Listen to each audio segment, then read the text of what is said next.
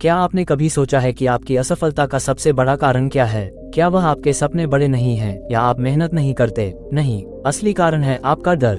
डर जो आपके कदमों को रोकता है। आज मैं आपको एक ऐसी कहानी सुनाने जा रहा हूँ जो न केवल आपको सोचने पर मजबूर करेगी बल्कि आपकी जिंदगी बदल सकती है। इस कहानी में छिपा है वह राज जो आपको आपकी मंजिल तक पहुँचा सकता है।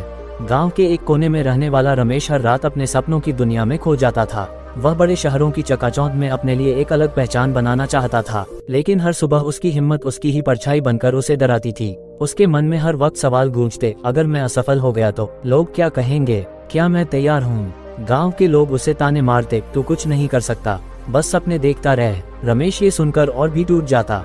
एक दिन गाँव में एक संत गुरु प्रकाश आए। उनकी प्रेरणादायक बातें सुनने लोग उमड़ पड़े। रमेश ने भी हिम्मत जुटाई और उनके पास गया। आंखों में आंसू लिए उसने कहा, गुरुदेव, मैं कुछ बड़ा करना चाहता हूँ लेकिन मैं डरता हूँ। लोग हंसेंगे, असफल हो गया तो सब मजाक बनाएंगे। क्या मेरे लिए कोई रास्ता है? गुरु प्रकाश ने मुस्कुराते हुए कहा, तुम्हारे सवालों का जवाब एक गुफा में है। वहाँ एक दीपक रखा है, उसे जलाकर लाओ, पर ध्यान रखना, रास्ता आसान नहीं होगा। क्या तुम तैयार हो? रमेश का दिल धड़क रहा था।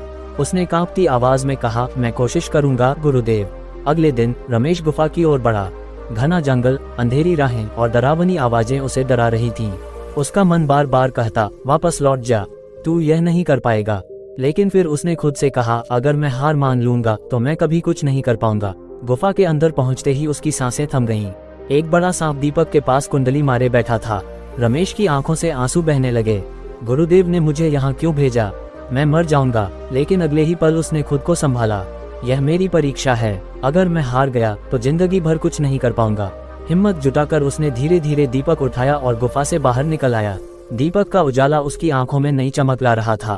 गुरु प्रकाश ने दीपक देखते ही उसे गले लगा लिया। बेटा, तुमने अपनी पहली लड़ाई जीत ली। जानना चाहते हो ये दीपक क्या है? ये तुम्हारे अंदर की सफलता की आग है, इसे बुझने मत देना। गुरु ने आगे कहा, सफलता के 5 दुश्मन हैं। लोग क्या कहेंगे, असफलता का डर, सही समय का इंतजार, परफेक्शन की चाह और अलग सोच का डर। गुफा की हर चुनौती इन दुश्मनों का प्रतीक थी। तुमने इनसे लड़कर अपनी ताकत पहचानी है। रमेश की आंखों से आंसू बहने लगे। उसने दीपक को जोर से पकड़ा और कहा, अब मैं कभी हार नहीं मानूंगा। कुछ वर्षों बाद रमेश गाँव का सबसे सफल व्यापारी बन गया। जो लोग उसे ताने मारते थे अब उसकी मिसालें देते थे।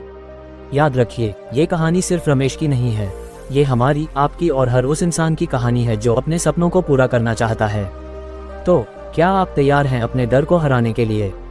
दोस्तों, ये कहानी हमें सिखाती है कि जब हम डर, असफलता और समाज की बातों को दरकिनार कर साहस से कदम उठाते हैं, तभी हमारी जिंदगी का दीपक जलता है। क्या आप अपने अंदर की आग जलाने के लिए तैयार हैं?